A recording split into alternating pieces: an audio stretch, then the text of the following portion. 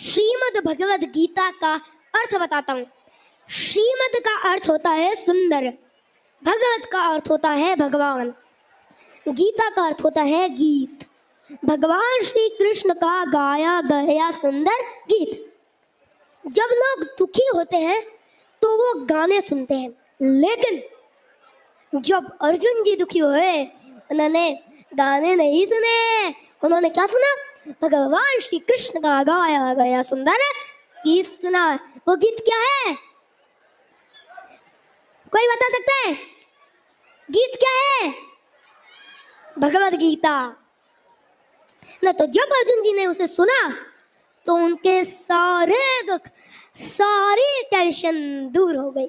इसलिए आप भी श्रीमद् भगवद गीता को पढ़िए और अपने जीवन में लगाइए, तो आपकी भी सारी टेंशन दूर हो जाएंगी।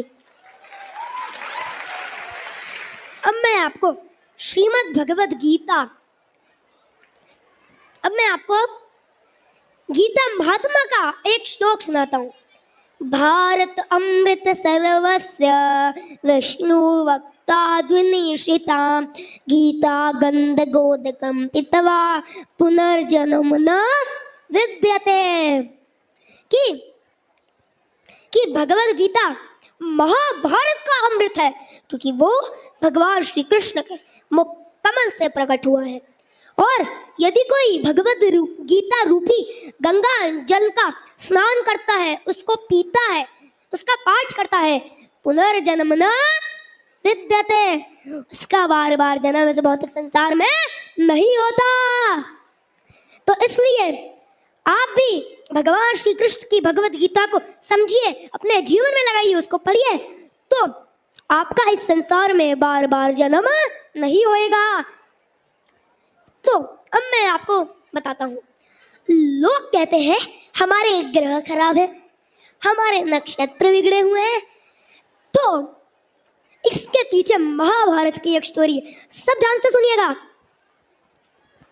कि एक बार धृतराष्ट्र जी ने अपने राज ज्योतिषी को बुलाया, पूछा मेरे बेटे दुर्योधन की कुंडली क्या कहती है? तो उसने कहा राजयोग है महाराज, राजयोग है, दुर्योधन को कोई नहीं हरा सकता, वो निश्चित रूप से राजा बनेगा। इसी बात पे महाभारत का युद्ध छेड़ दिया गया।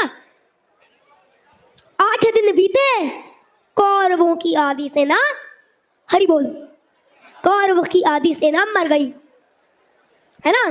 कौरवों की आधी सेना मर गई। फिर धृतराष्ट्र जी डर गए, उन्होंने वापस ज्योतिषी को बुलाया। तो फिर धृतराष्ट्र जी ने कहा अरे आपने तो कहा था कि दुर्योधन जीतेगा, लेकिन मेरी आधी सेना तो मर गई, अब दुर्योधन का राजा बनना बहुत संकट में है। तो ज्योतिषी ने कहा वहां कोई है, उसको पता नहीं था, बस उसको पता था वहां कोई है, वहां भगवान श्री कृष्ण थे ना, वहां पे भगवान श्री कृष्ण थे, लेकिन उसको ये नहीं पता था कि वहां पे कृष्ण है, बस उसको ये पता था वहां कोई है जिसने नक्षत्रों की दिशाएं बदल दी, जो समय और काल से परे है। तो विदुर जी ने कहा अरे वह कृष्णा है जिनके चरणों में सारे ब्रह्मांड, सारे नक्षत्र उनके चरणों में होते हैं, उनके चरणों में होते हैं, है ना? तो इसलिए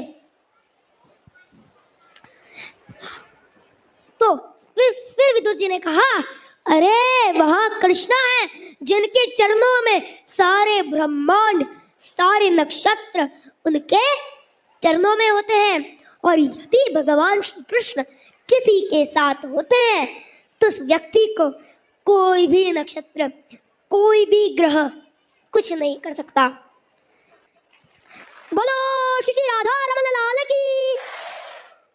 अब मैं आपको श्रीमद् भगवद गीता का एक श्लोक सुनाता हूँ। 2.14 मात्र स्पर्शास्तु कौन्तेय शीतोष्ण सुख दुःखदः अगामपायिनो नित्यश्च तां तितिक्षा भारत। इसका अर्थ होता है कि जिस प्रकार प्रकृति के नियमों के अनुसार सर्दी या गर्मी अपने आप आती रहती है, उसी प्रकार हमारे जीवन में सुख तथा दुख अपने आप आते रहते हैं। तो उनको अब सवाल होता है कि उनको कंट्रोल कैसे करें। श्रीमद् भगवद गीता के ऊपर सिंपल सा, बस बहुत सिंपल है कंट्रोल करने के लिए।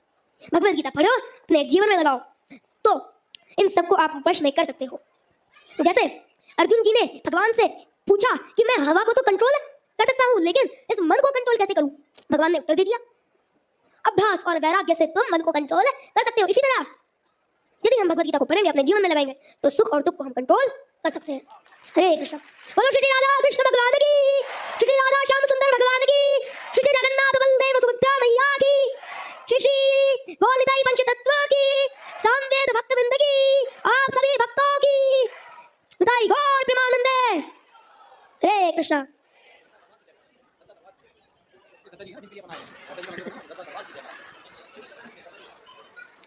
अब मैं आपको भगवद गीता सॉन्ग सुनाता हूँ, ध्यान से सुनिएगा। युद्ध नहीं चाहते थे पांडव, कौरव युद्ध पे अड़े रहे, माधव को भी भेजा परव, अपनी युद्ध पे डटे रहे। युद्ध के लिए दोनों सेना कुरुक्षेत्र में खड़े हुए, देखे सारी सेना को अर्जुन तो उदास हुए। अर्जुन बोले माधव से, ये जो सारे खड़े हुए, इन्हीं के साथ मिलकर तो हम सारे हैं बड़े हुए। माधव ने अर्जुन को देख गीता ध्यान शुरू किया, अर्जुन तुम बस आत्मा हो, तुमने बस ये दे लिया, कौरवों ने सारी दुनिया के साथ अधर्म किया, अधर्म योग का नाश कर मैं वैकुंठ से उतर गया। बोलिए साक्षात यदा यदा हि धर्मस्य ग्लानिर्भवति भारत अभ्युत्थानम् अधर्मस्य तदात्मानमसृजाम्य हम। फंस गए चक्कर में मन के, खुद को इससे बाहर करो, मन ही तुम्हारा दुश्मन है, इस बात को तुम मान लो। तुम तो निमित्त मात्र हो, उठाओ धनुष और वार करो, उठाओ धनुष और वार करो, उठाओ धनुष और वार करो। आज हमारी हालत भी अर्जुन जैसी हो गई, अज्ञान के अंधकार में चेतना ही सो गई। इस दुनिया के सारे लोग हो गए स्वार्थी, मत करो अपनी चिंता, कृष्ण को बना लो सारथी। हरे कृष्ण।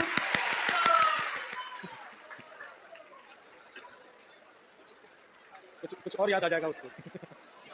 इधर आओ।